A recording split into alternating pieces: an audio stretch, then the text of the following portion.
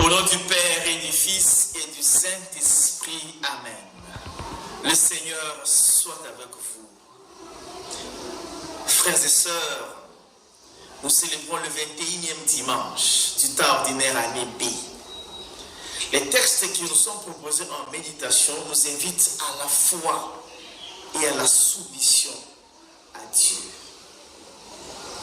Dans la première lecture, tirée du livre de Josué, au chapitre 24, versets 1 et 2, puis le verset 15 à 17, encore le verset 18b. Josué ayant constaté le syncrétisme dans les peuples d'Israël à Sichem, il les invite à être clairs, à assumer leur choix. Si c'est servir les dieux de leur père, les dieux d'Israël, qui servent les dieux d'Israël?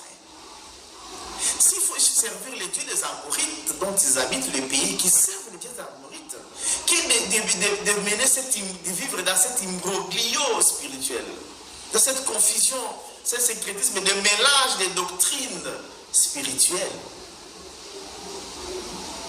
Jésus nous demande aussi aujourd'hui à être clair dans notre foi. Qui suivons-nous? Nous professons la foi au Dieu d'Israël, à l'Église, dans nos rencontres spirituelles. Mais dans la vie, c'est autre chose. Nous nous contredisons. Alors soyons clairs. Si c'est suivre Dieu, soyons conséquents. Assumons notre choix et notre foi, vivre notre foi partout et toujours. Si nous avons choisi de trahir Dieu, alors suivons les autres dieux, soyons clairs. C'est quelque chose d'assumer son choix, ne pas être hypocrite. Ne pas être un chrétien hypocrite qui dit une chose et qui fait une autre. Il faut être clair. Alors ici, professe la foi, ce qu'on appelle les credos de Sichem. Nous aussi, nous allons servir les dieux. Qui de suivre d'autres dieux, nous allons servir les dieux d'Israël. Et alors, il rappelle ce que Dieu a fait pour eux. Parce que la foi d'Israël, la foi juive se faire mémoire. Ils se souviennent. Il nous a fait sortir du pays d'Égypte. Il nous a fait. Voilà ce qui nourrit la foi. Et même l'amour, même les relations, les souvenirs. Si tu n'as pas le sens du souvenir, tu seras incapable d'amour, tu seras incapable de foi. Que le Seigneur nous aide à nous attacher à lui. Ne pas être influencé par les autres. Parce qu'eux, ils étaient influencés par les peuples qui les entouraient, les peuples dont ils habitaient les pays. Alors ils adoraient aussi leurs dieux. Suivre les autres, l'influence des autres. Soyons responsables. Que notre foi au Seigneur ne défaille pas. C'est ce que Pierre dit dans la lecture de l'Évangile, tiré de Jean 6, 60 à 69. Il professe la foi des disciples en Jésus-Christ. Jésus a prononcé ces paroles sur le pain de vie et les gens le fuient parce que c'est dur de le suivre. C'est difficile. Alors il pose la question aux disciples, voulez-vous partir vous aussi? Ils lui disent, Seigneur, vers qui pourrions-nous aller? Tu as les paroles de vie éternelle. Voilà. Ils ne se laissent pas influencer.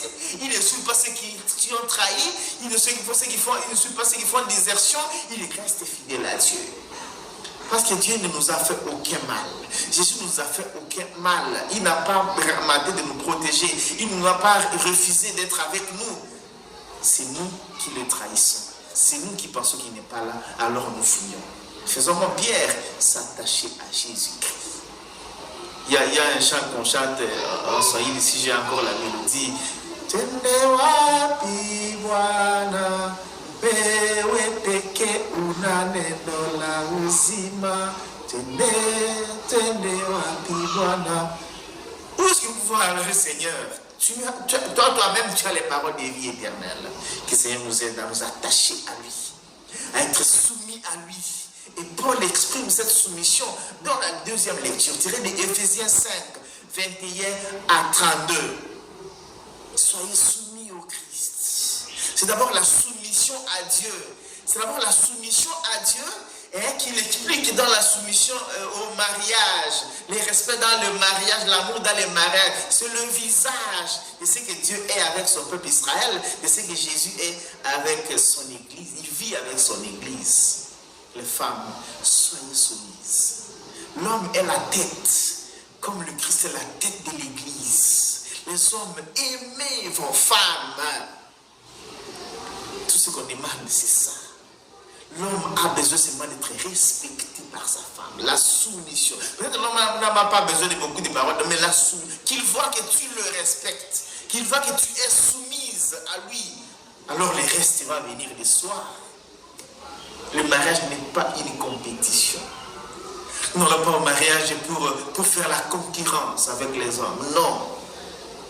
Nous allons au mariage pour vivre heureux. Alors il faut permettre ça, être tendre, la tendresse. Dans le mariage, la soumission, le respect de l'homme. Mais aussi les hommes, il faut aimer vos femmes. Celui qui n'aime pas sa femme n'aime pas son propre corps. Alors qu'on aime son propre corps, on soigne son propre corps. On en prend soin, on ne peut pas trahir son propre corps. Que le Seigneur vienne au secours. Que le Seigneur illumine nos mariages. Qu'il aide, qu'il soit au milieu pour que l'amour immisce. Mariage, qu'il y ait la soumission, parce que cette soumission reflète la soumission que l'Église a envers le Christ. N'arrêtez pas de vous séduire mutuellement. Quelles que soient les années de mariage que vous avez faites, l'amour doit rester vif. L'amour ne vieillit jamais. Restez ensemble.